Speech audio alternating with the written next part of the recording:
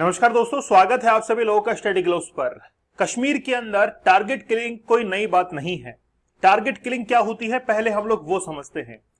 एक ऐसे टारगेट को चुना जाता है जो कि उनकी विचारधारा के अकॉर्डिंग नहीं है। जम्मू कश्मीर में 4 लोगों को मुख्यतः टारगेट करते हैं। पहला वो जो कि गैर मुस्लिम है और जम्मू कश्मीर के बाहर से आकर जम्मू कश्मीर के अंदर रहने लगे हैं, जिसको हम लोग कहते हैं प्रवासी कश्मीरी। दूसरा वो जो कि या तो खुद या फिर उनके कोई रिश्तेदार, उनके भाई अगर आर्मी के लिए या फिर पुलिस के लिए सेवा करते हैं।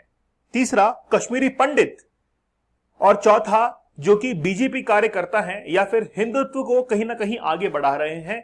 ये 4 लोग जो है वो हमेशा कश्मीर के अंदर टारगेट किलिंग का निशाने पर रहते हैं। कई बार आप लोगों ने देखा होगा कि जम्मू कश्मीर के अंदर घूमने के लिए गए हैं कुछ लोग, या तो वो किसी आईएएस ऑफिसर का बच्चा है, बेटा है, बेटी है, या फिर आर्मी ऑफिसर का कहीं ना कहीं कोई रिलेटिव है, उनकी टारगेट किलिंग की जाती है।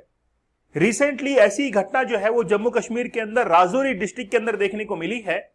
मोहम्मद रज्जाक जो कि 40 साल के हैं, उनकी टारगेट किलिंग की गई है। पूरी घटना मैं आप लोग को बताऊंगा, लेकिन पिछले लगभग 2-3 महीनों के अंदर कितनी टारगेट्स किलिंग हुई हैं उनके बारे में भी हम लोग चर्चा करेंगे। चलिए शुरुआत करते हैं आज के इस लेक्चर की। लेकिन उससे पहले 75 डेज का हार्ड चैलेंज आप लोगों के लिए है। आप लोग जिंदगी के अंदर कुछ बनना चाहते हैं लेकिन बन नहीं पाते हैं, क्योंकि आपकी एनर्जी जो है वो डाइवर्सिफाइड रहती है। आप अपनी ऊर्जा को हर डायमेंशन के अंदर बिखेर देते हैं, एक टारगेट के ऊपर नहीं लगती है।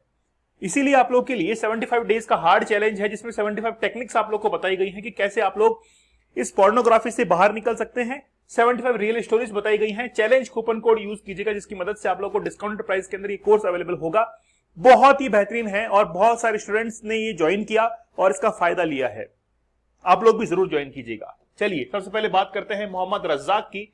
मोहम्मद रज्जाक जो कि 40 साल का है, वैसे तो लोकलाइट ही था, लेकिन इसकी टारगेट किलिंग इसीलिए की गई क्योंकि इसका जो भाई है वो टेरिटोरियल आर्मी टीए के अंदर अपनी सेवाएं दे रहा था। और कहीं ना कहीं मैंने आप लोग को बताया कि जो भी आर्मी के पर्सनल्स हैं, उनके रिलेटिव्स हैं, उनको वो टारगेट किलिंग करते हैं। राजौरी डिस्ट्रिक्ट के अंदर हाल ही में घटना हुई है और उसकी गर्दन पर और एक सिर पर गोली मारी गई थी और हॉस्पिटल ले जाते लाते उसकी जो है वो मौत हो गई। इससे पहले भी मोहम्मद अकबर की भी टारगेट किलिंग की गई थी। लेकिन ये जो मोहम्मद रज्जाक है, ये बेसिकली इसका जो भाई है वो सर्व इन टेरिटोरियल आर्मी, और ये थर्ड यानी कि इन 2 सप्ताह के अंदर ये तीसरी टारगेट किलिंग जो है वो हाल ही में देखने को मिली है। और कहीं ना कहीं हम लोग देखते हैं कि another attack occurred a few days back, यानी कि कुछ दिन पहले ही, वेयर ए माइग्रेंट वर्कर जो कि बिहार से कश्मीर के अंदर काम करने के लिए आया था अनंतनाग के अंदर, और वहां पर उसकी टारगेट किलिंग की जाती है। और इस बार ये टारगेट किलिंग जो की गई है उसको एक टेलीग्राम ग्रुप से कंट्रोल किया जा रहा था और उसी से उसको क्लेम किया गया है। Attack was claimed by the Telegram channel affiliated with the resistance front, यानी कि टीआरएफ एक ग्रुप है जो कि टेलीग्राम पर काफी एक्टिव था। उसने वो एक प्रॉक्सी की तरह काम कर रहा है लश्कर तैयबा का, और उसके तहत ही टारगेट किलिंग जो है वो की जा रही है। तो मैंने आपको 4 कैटेगरी जो है वो बताई है। ये दोनों शख्स जो है वो रहने वाले थे पंजाब के, सिख कम्युनिटी से बिलोंग करते थे, वहां पर ड्राइवर के पेशे के तौर पर काम किया करते थे, और वहां पर भी इनकी टारगेट किलिंग जो है वो लगभग 7 फरवरी के आसपास में हुई थी। 7 फरवरी को इनकी टारगेट किलिंग जो है वो हुई थी। कौन कौन सी घटनाएं हुई है मैं बता देता हूं। 26 फरवरी 2023 को आतंकियों ने पुलवामा में एक कश्मीरी पंडित संजय शर्मा की जो है हत्या की, और वहां पर वो गार्ड का काम किया करता था। बेसिकली उनको पेशे से जो काम कर रहे हैं उससे कोई भी तौबा नहीं है, लेकिन ये जो टैग लगा हुआ है इसको वो टारगेट करते हैं। दूसरा 29 मई 2023 की घटना है, अनंतनाग के अंदर ही दीपक कुमार की पहचान की गई, जो कि सर्कस में एक मेले में काम किया करता था और वो बेसिकली उधमपुर का रहने वाला था। तो यहां पर भी ये टारगेट किलिंग जो है वो की गई है। 15 अक्टूबर 2022 को शोपिया के अंदर पूर्ण कृष्ण भट्ट की जो है वो टारगेट किलिंग की गई। ये तो पहले देखिए आप कितने रिसेंट इंसिडेंट जो है मैं आप लोग को बता रहा हूं। अगस्त 2022 के अंदर शोपिया के अंदर ही बिहार के रहने वाले 3 प्रवासी जो मजदूर थे, यानी कि बाहर जो मजदूरी करने के लिए आ रहे हैं, उनको भी टारगेट किलिंग की गई। सेब के बाग में एक कश्मीरी पंडित की हत्या कर दी गई थी। बांदीपोर में आतंकियों ने बिहार के प्रवासी को गोली मारकर हत्या कर दी। नवंबर 2022 के अंदर शोपिया के अंदर ही उत्तर प्रदेश के कन्नौज जिले के रहने वाले 2 मजदूरों की हत्या की, और 2 मजदूर की हत्या करने के बाद शोपिया के अंदर ही हरमेन में ग्रेनेड फेंका गया था और उसमें मोनीश कुमार और राम सागर नाम के 2 मजदूर उसके अंदर घायल हुए थे। तो हर दिन जो है वो टारगेट किलिंग आप लोगों को देखने को मिलती है। किस किस को टारगेट करते हैं मैंने बताया आपको, लेकिन वाकई में क्या सॉल्यूशन इसका हो सकता है?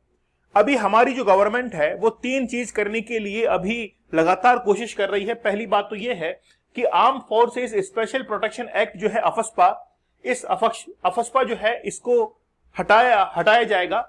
और देखिए बेसिकली जो आर्म फोर्सेस है, अगर मान लीजिए कि वहां से हट जाती है, कश्मीर से हट जाती है, तो हटने के बाद राष्ट्रीय राइफल जो है वहां पर आएगी। और राष्ट्रीय राइफल्स की लगभग हम लोग देख रहे हैं कि 4 कंपनी जो है वो अलग अलग जगह पे तैनात की जाएगी। एक कंपनी के अंदर कि टोटल ऐसी 63 बटालियंस रहेंगी। मतलब 4 कंपनीज हैं, उनके अंदर टोटल 63 बटालियंस हैं, और एक बटालियन के अंदर लगभग 100 से 125 आर्मी मैंस रहते हैं। तो अगर वहां पर आर्मी अगर काम करना बंद करती है तो राष्ट्रीय राइफल जो है वहां पर काम करेगी, और लगभग 63 बटालियंस वहां पर तैनात की जाएगी, और एक बटालियन के अंदर 100 से 150 लोग फौजी उसके अंदर रहेंगे। ये तो है अफस्पा का। दूसरा है जम्मू कश्मीर को पूर्ण राज्य का दर्जा दिया जाएगा। तीसरा है कि वहां पर 30 सितंबर से पहले राज्य में विधानसभा चुनाव जो है वो कराना। ये 3 सरकार के अभी मेन टारगेट हैं जो कि जम्मू कश्मीर के अंदर अभी उनको करवाने हैं।